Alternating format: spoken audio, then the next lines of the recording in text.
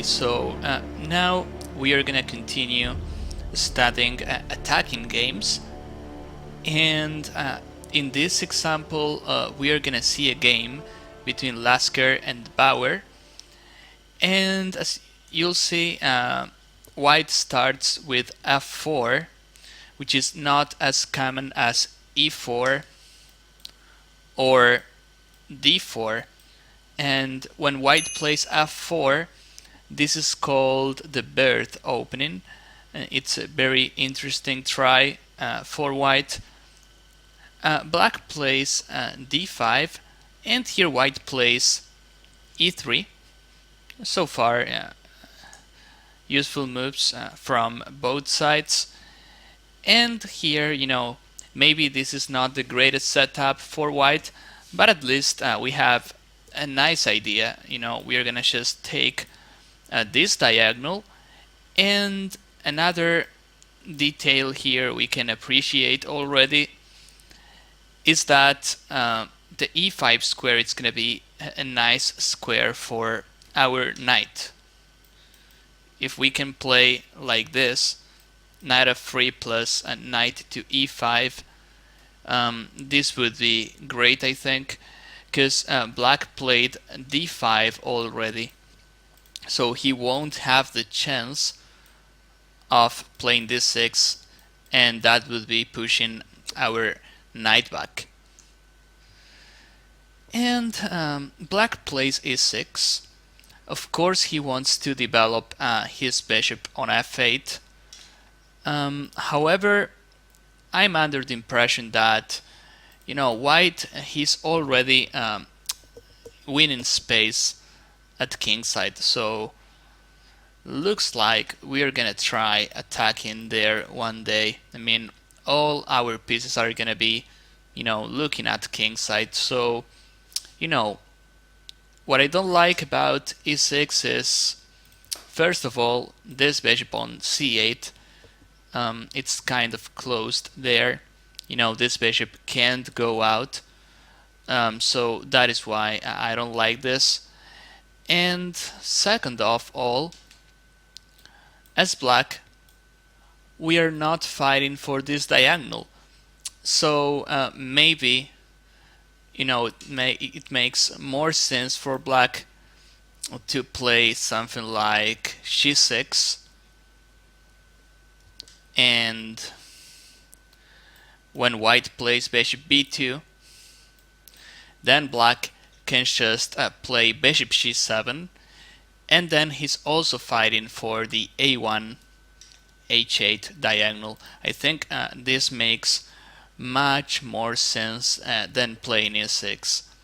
And what is more, we can also see that this bishop on c8, it's also ready to go out if we need it, so I think this is a better opening play by black here against this setup. So if black plays passive with e6, we're gonna just play bishop to b2. Black plays bishop to e7, and here comes an interesting move by white, which is bishop d3, and we can see that we are blocking the d pawn. However, our two bishops are looking at kingside, especially the h7 pawn, which is gonna be a target when he castles. So I like this. If white plays d4, which is a move that a lot of players would play in this position, this is a mistake from the positional point of view, because we're just blocking our bishop, and the bishop on b2 becomes what we call a tall pawn. We call this bishop a tall pawn because it's crashing into our pawn structure, and this bishop is useless now. So I like bishop d3, and black plays b6. Well, he plays b6 before castling, So he should have an idea. I think in some variations maybe black can try to get rid of his bad bishop on c8 by playing bishop a6, because as we said before, this bishop on c8, it's a bad bishop. So if he plays bishop a6, he's getting our bishop on d3. But here he prefers playing bishop b7. So that is why I don't understand why black played b6 instead of castling if he's not going to play bishop a6. I'm under the impression here, as white we can just take, and we can try playing knight e5, so then we already have some nice holes for our pieces, especially the knight. And usually in this setup we can continue with d3, so then we are controlling the e4 square. The knight f6 can't jump here, and obviously queen f3, and maybe some c4, c5 ideas. I think we have a great future as white in this line, and this is probably the reason why black didn't play bishop a6, because he's full of holes, and this knight in the corner, it's not doing much. So he plays bishop b7 instead, and as white we play knight to c3. We can also consider castling, and in fact I think this move is worth a try. I guess white wants to leave the king in the center, so it's like we are not showing our cards yet. I mean, we can leave the king on e1 and we can wait till he castles, and when he castles kingside, we can try castling queenside maybe, and then if our king is at queenside and his king is at kingside, it's gonna be much easier to fire an attack there by pushing our pawns. Maybe we can castle kingside as well, but there's no rush. And by playing knight c3, we are developing our knight. We are not blocking our bishop, because we can always play this maneuver starting with knight e2, and we can just follow with knight to c3. And I think our position here is great, because we have, as I said before, all our pieces attacking at kingside. So here black plays knight bd7. He's not castling either, and when he plays knight bd7, I guess he wants to stop knight e5.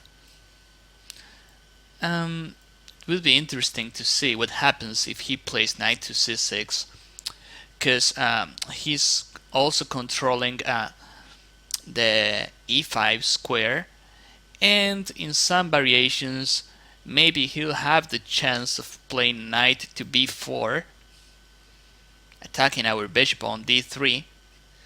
And why not? I'm also considering, as black, there is a slight chance we can play d4 as well, and we are opening that position a bit, and we are trying to open bishop's b7 diagonal. It's like, this is I think it's playable for black. It's not a big deal, but knight bd7 looks a bit passive here too. It's not bad, to connect the knights like this, but thing is, feels like knight c6 was a bit more active. As white, we finally castle kingside, but we can still attack at kingside. We'll have to just maneuver, and it's not gonna be easy to push our pawns like this now, because our king is there. Black castles as well, and here we play knight to e2.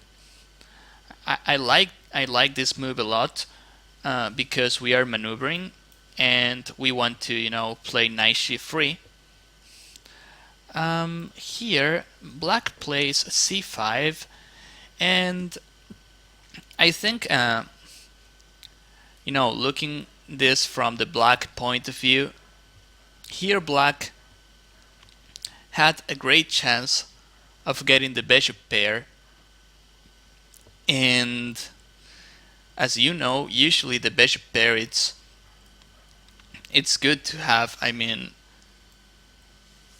if black plays knight to c5, then he's gonna take on d3 next, and then he'll have the bishop pair. Remember that the bishop pair it's always a useful weapon, especially in open positions, and this position, I think it's gonna be open. We still have all pieces on board, but there are a lot of ways we can open this position. We can trade some pieces too, and again, if black has the bishop pair, he has a good position in the long run. And also, the other point of playing knight to c5 here is we are attacking, the bishop d3, which is his best, white's best attacker right here, because this bishop is hitting the h7 square. So if I play black and I play knight c5, I'm happy because I'm getting rid of one of the attackers. That is the concept. c5, it's winning space at queenside, okay, but we're not doing much. Now, white just continues with knight to c3, and black plays queen c7. Well, black is playing according to the rules, he's connecting the rooks, he's also developing the queen, and maybe he'll try playing something like c4. But as white, we already advanced. We are, we prepared all our pieces to launch an attack here. So now we have to take, the next step and play knight e5. Knight e5 was also stopping, c4 in a way, because we have two pieces guarding that square too. And, we have to still remember our bishops are hitting, his king. It's also worth saying that